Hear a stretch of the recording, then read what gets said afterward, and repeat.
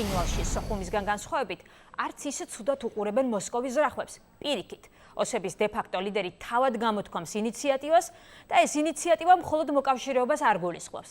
თიბილოვის მაამებლური პოლიტიკა კიდევ უფრო შორს წავიდა და მან საკუთარი ხალხის რუსეთთან ასიმილაციისთვის მზადყოფნა გამოთქვა. რუსეთს ჯერ ცხინვალის სურვილისთვის პასუხი არ გაუწია. პასუხი უკვე აქვს თბილის, რომელიც პროტესტის ყველაზე ეფექტიან ფორმად ისევ საერთაშორისო საზოგადოებრივი აზრის მობილიზებას მიიჩნევს. ქეთი ბოჯგუა გაგვაცნობს, სად გადის ზღვარი ოკუპაციასა და ანექსიას შორის.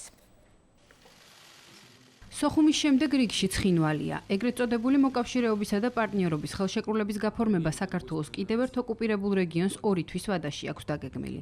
თუმცა როგორც მათი დე-ფაქტო ლიდერი ამბობს, სოხუმისგან განსხვავებით ცხინვალი მოკავშირეობითა და პარტნიორობით არ შემოიფარგლება.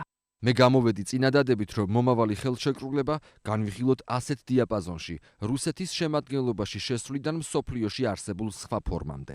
საქართველოს მთავრობაში ლეონიდ თიბილოვის განცხადებას განსხვავებული შეფასებები მოჰყვა. საგარეო საქმეთა სამინისტროში ამბობენ, რომ ის საფრთხის შემცველია. რა თქმა უნდა, დღევანდელი განცხადება თიბილოვის არის ასევე შემაშფოთებელი. ჩვენი კრედიტი ბერკეტი არის ის, რომ ავტეხოთ ასე ვთქვათ განგაში. სახელმწიფო მინისტრი პაატა ზაქარიაშვილი კი მიიჩნევს, რომ ცხინვალის ოკუპაციასა და ანექსიას შორის რეალური განსხვავება არ იქნება. განსხვავება არ არის, იმიტომ რომ ოკუპაცია არის ანექსიის ნაწილი. ანუ იმაზე მეტი, რაც რუსეთმა მიიერთა სამხრეთ ოსეთი 2008 წლის აგვისტოში, ვეღარ მოხდება. რამდენი შეიძლება წყალი ჩაასხა 3 ლიტრიან კილოში. მხოლოდ 3 ლიტრი წყალი, მეც ვერ ჩაასხა.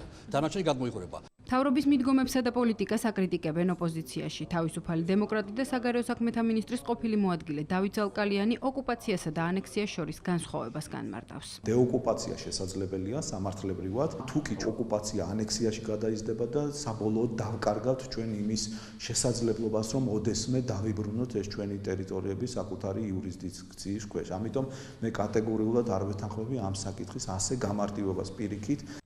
საერთაშორისო ასპარეზზე მეტაქტიურობას მოითხოვს საპარლამენტო ოპოზიციაც. უმრავლესობაში კითხვია, რომ თიბილოვის განცხადება ცხინვალის პოლიტიკას არ ასახავს. ოსი ხალხის ინტერესების გამომხატველი თიბილოვი ნამდვილად არ არის. ეს პიროვნება აჟღერებს იმას, რაც რუსეთს უნდა, რუსეთი გადასული არის ანექსიონიზმზე. შესაბამისად, ეს კიდევ ერთხელ მიუთითებს, რამდენად შეუძლებელია რუსეთთან რაიმე ტიპის რაციონალური საუბარი. თიბილოვის განცხადებას გამოეხმაურა პრეზიდენტიც. მარგველაშვილი მიიჩნევს, რომ ასეთი ნაბიჯებით ვერც ოკუპირებული ცხინვალი ისარგებლებს და ვერც რუსეთი.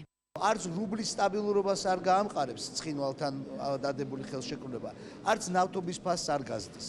და ეს პრობლემები არ წყდება ცხინვალთან ხელშეკრულების გაფორმებით. ლეონიდ თიბილოვის განცხადებას წინ ცხინვალში პუტინის თანაშემწის ოლეგ გოვორუნის ვიზიტი უძღოდა. დღეს კი რუსულმა სააგენტოებმა გაავრცელეს ინფორმაცია, რომ ცხინვალი მოსკოვისგან 2017 წლამდე $165 მილიონი დახმარებას მიიღებს.